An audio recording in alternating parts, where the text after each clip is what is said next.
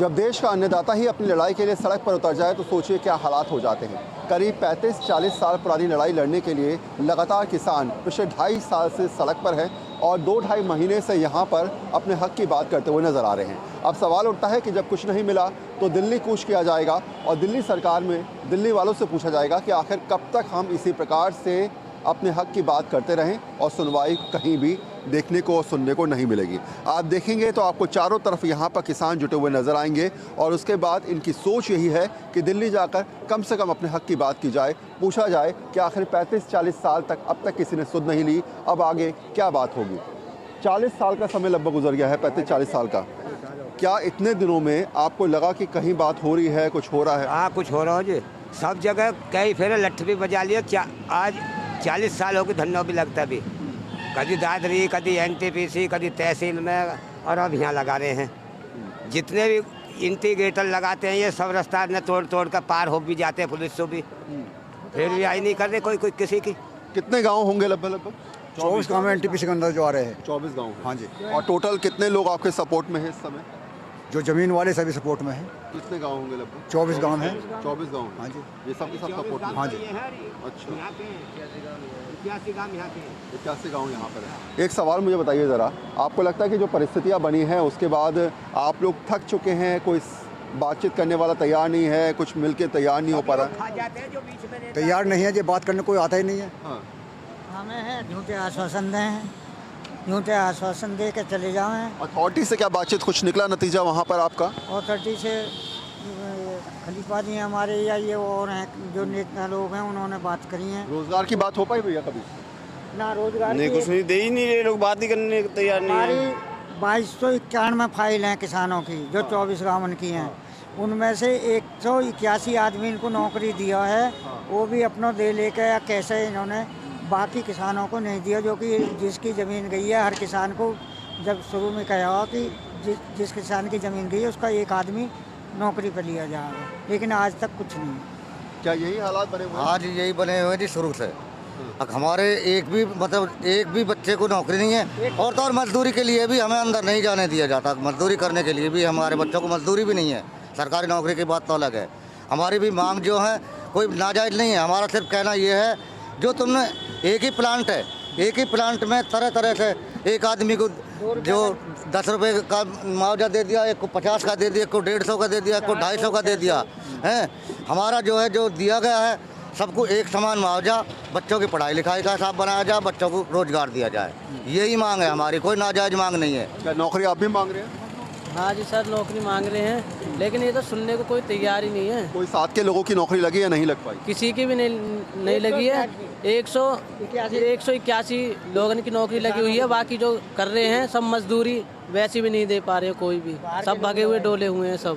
तो जाएं तो जाए कहाँ, किससे मांगे अपने हक की बात। और शायद यही परिस्थितियाँ समझाती हैं कि इतने दिनों से चलती आ रही लड़ाई में अभी तक कुछ भी मिलने को तैयार नहीं है। अब किसान ये तय करके आए हैं कि आगे बढ़ा जाएगा, इस लड़ाई को आगे लेके जाया जाएगा। दिल्ली में बैठी सरकार को ये समझाया जाएगा कि 35-40 साल से जो स्थिति बनी है वो बेहद ही दर्दनाक भी है, हालात ख़राब भी हैं, रोज़गार की स्थिति बेहद बदतर है।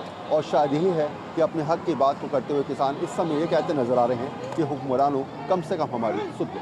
नोएडा, ग्रेटर नोएडा और एनटीपीसी के आसपास के गांव के तकरीबन 100 से ज़्यादा ऐसे ग्रामीण हैं गांव के जो आज कूच करने वाले हैं संसद भवन का, और 100 गांवों से ज़्यादा की इनकी संख्या है। और इस वक्त मौजूद हैं नोएडा अथॉरिटी के पास में, और यहाँ पर टेंट लगाया गया। किसान दिसंबर महीने से ही प्रोटेस्ट कर रहे हैं ज़मीन के उचित मुआवजे को लेकर, बच्चों की नौकरी को लेकर, क्योंकि दावा ये किया गया था कि जब ज़मीन अधिग्रहण किया जाएगा तो उचित मुआवजा दिया जाएगा और साथ ही परिवार के एक सदस्य को नौकरी दी जाएगी। और उसी को लेकर आज 33 साल से ज़्यादा का वक्त हो चुका है और अभी तक बहुत सारे किसानों को, सैकड़ों गांवों के किसानों को उचित मुआवजा नहीं मिला है। यही वजह है कि ये तमाम महिलाएं, बुजुर्ग सभी यहाँ पर इकट्ठा हुए हैं प्रोटेस्ट करने के लिए। दिसंबर महीने से इनका ये आंदोलन चल रहा है और आज नोएडा, ग्रेटर नोएडा में धारा 144 पुलिस ने लागू की है कि ये सभी संसद भवन तक कूच ना कर सके। इनकी मांग है कि संसद सत्र चल रहा है, वहाँ जाएंगे, अपनी आवाज़ को उठाएंगे, तब जाकर हो सकता है सुनवाई हो। और ऐसे में हमारे साथ तमाम बुजुर्ग महिलाएं हैं, युवा हैं, किसान हैं, हम सभी से बात करने की कोशिश करेंगे। आपका शुभ नाम, किस गांव से हैं और क्या मुद्दे हैं, कितने समय से आप लोग धरना दे रहे हैं और आज का क्या तैयारी है? मेरा नाम यशवीर सिंह है, मैं ग्राम चामीपुर से हूँ। और यहाँ पे हमारे जो एनटीपीसी का जो चल रहा है धरना, ये 1994 से चल रहा है, लेकिन चलते चलते कभी कोई आश्वासन, लेकिन 13 महीने से तो लगातार चल रहा है। पहले रसूलपुर गांव में चला था, फिर एनटीपीसी गेट पे चला, अब सेक्टर 24 में कार्यालय पे चल रहा है, लेकिन कोई भी सांसद या विधायक हमारे बीच नहीं आते।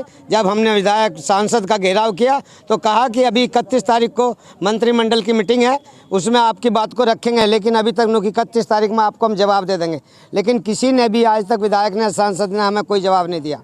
इसलिए हमारे माननीय जो इस धरने के भारतीय किसान परिषद राष्ट्रीय अध्यक्ष हैं सुखबीर खलीफा जी ने नेतृत्व में, उन्होंने अब हमने आदेश किया है कि वो दिल्ली जाने का है। आज हम 12:30 बजे दिल्ली के लिए कूच करेंगे। कितना मुआवजा आपको मिला और कितना मिलना चाहिए था? क्या घर परिवार के एक सदस्य को नौकरी भी मिलनी चाहिए थी, वो भी नहीं मिली? और एनटीपीसी के आसपास के ग्रामीण का दावा ये है कि बीमारियां बहुत फैल रही हैं।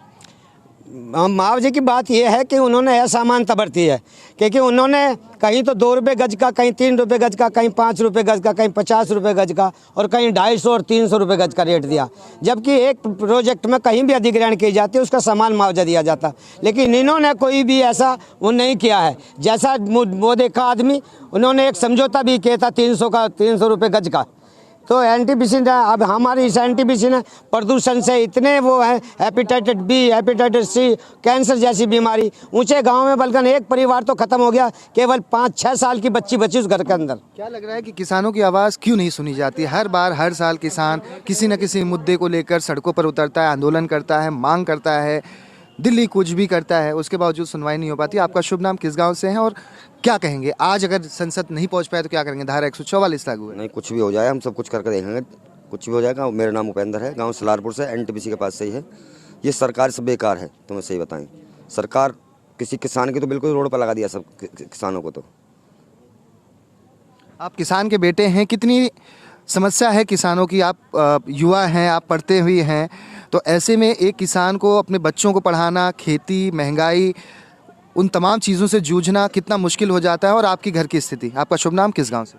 जी, मैं आकाश कुमार, नाम यहाँ मतलब ऊंचामीपुर गांव से हूँ जी। परिस्थितियाँ ऐसी हैं, आप जब हम देख रहे हैं, अब जो हमारे एनटीपीसी के पास में बीमारी से ग्रसित हैं, या तो हम पढ़ाई कर लें या बीमारियों के लिए पैसा इकट्ठा करें, क्योंकि दिन प्रतिदिन बीमारियाँ बढ़ती जा रही हैं।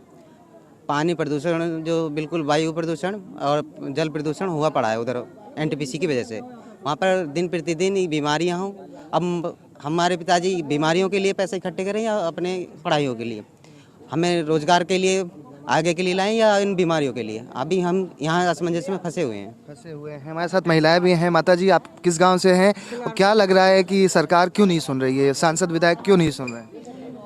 बेईमान है वो, ये नहीं सुन रहे हैं सांसद विधायक। और हमारी जो है 1994 में उससे पहले ज़मीन गई थी 28 बीघे 3 परिवारों की, उसमें से नहीं तो नौकरी दी, ना ही समान मुआवजा दिया, और हमारे ससुर की टांग भी तोड़ दी गई थी। एनटीपीसी में झगड़ा हुआ था 94 में, और उसमें वो 99 में वो खत्म भी हो गए थे। वादा किया था, किया नहीं पूरा? वादा किया था, लिखित में दिया था हर चीज, बोला था समान मुआवजा देंगे, नौकरी देंगे, हॉस्पिटल देंगे, कॉलेज देंगे और बिजली फ्री देंगे, जबकि ये चीज हमारे पास लिखित में है और कुछ नहीं करा सरकार ने हमारे लिए। लिखित में होते हुए नहीं दे रहे। बताओ कितनी बेईमान सरकार है। किसानों को तो बस ये है, हराम का है उनके पास ले लो बस। किसान और सरकार को तो हराम का ही चाहिए। अगर हराम का नहीं चाहते तो सरकार कब का हमारा कर देती। हमें ये ठंड में नहीं लग रहा है कि सरकार क्यों नहीं सुन रही है? और आज संसद का आप जा रहे हैं संसद, क्या लग रहा है जाने दिया जाएगा? धारा 144 लागू है, नोएडा, ग्रेटर नोएडा, हर जगह, हर दूसरे कोने पर बैरिकेडिंग हो रही है। देखिए, अगर हमें जाने नहीं दिया जाएगा, जहाँ भी हमें मौका मिलेगा हम वहाँ पे अपना धरना स्थिति जमा देंगे। मगर अपने हक की आवाज़ उठाने के लिए हम तो लोकतांत्रिक देश में रहते हैं, जिसमें हमारी मोदी सरकार है, जो तानाशाही सरकार है, जो हमारे किसानों का कोई भी हक नहीं दे रही है। अपना हक लेने के लिए हम यहाँ पे बैठे हुए और अपना हक लेकर रहेंगे, चाहे हमें दिल्ली कूच करने पड़े, चाहे सांसद का कूच करनी पड़ी। सांसद तो ऐसे हमारे यहाँ के प्रतिनिधि दिन पे दिन झूठ बोलते रहते हैं। अगर हम उनको कुर्सी पे बिठाना जानते हैं तो कुर्सी से गिराना भी जानते हैं। और अब का हमारा किसान यही काम करेगा। अब का मोदी सरकार को हम गिरा के मानेंगे, या तो हमारा काम करेगा या इनके सांसदों को हम हराने का काम करेंगे। साफ तौर पर देख सकते हैं ये तमाम जो किसान हैं, महिलाएं हैं, अपने घर बार को छोड़कर, जानवरों को छोड़कर, खेती को छोड़कर यहाँ पर धरना दे रही हैं। ठंड का मौसम है और ये दिसंबर महीने से ही इसी तरह से प्रदर्शन नोएडा, ग्रेटर नोएडा के अलग अलग हिस्सों में चल रहा है और इनकी आज यही मांग है कि ये सभी आज संसद का घेराव करें, अपनी मांगों को रखें और सरकार इनकी बातों को सुने। आखिरी सवाल, अभी बल्कि ये हो रहा है कि पुलिस प्रशासन आया है तो हमारे जो ट्रैक्टर हैं, किसानों के ट्रैक्टर, उन्हें बंद सीज करने के लिए कह रहे हैं। अभी वो खड़े हैं यहीं पे और सीज करने के लिए कह रहे हैं। हम दिखाने की कोशिश करते हैं, ये ट्रैक्टर ही है और ट्रैक्टर अलग अलग हिस्सों से किसान ट्रैक्टर मार्च करने के लिए निकलेंगे और इन किसानों का दावा है कि पुलिस जो है वो यहाँ जो आ रही है उनके ट्रैक्टरों को सीज करना चाहती है, सील कर रही है, क्योंकि ये किसानों का दावा यही है कि हम ट्रैक्टर से ही संसद का घेराव करेंगे। तो पुलिस अधिकारी यहाँ पहुँचे हुए हैं। दिल्ली के अलग अलग नोएडा के अलग अलग हिस्सों में धारा 144 लागू है और किसान आज बड़ी मात्रा में 100 गांवों से ज़्यादा के किसान आज प्रदर्शन करने वाले हैं। कैमरामैन सरिता दीपक दुबे, न्यूज़ 24 नोएडा।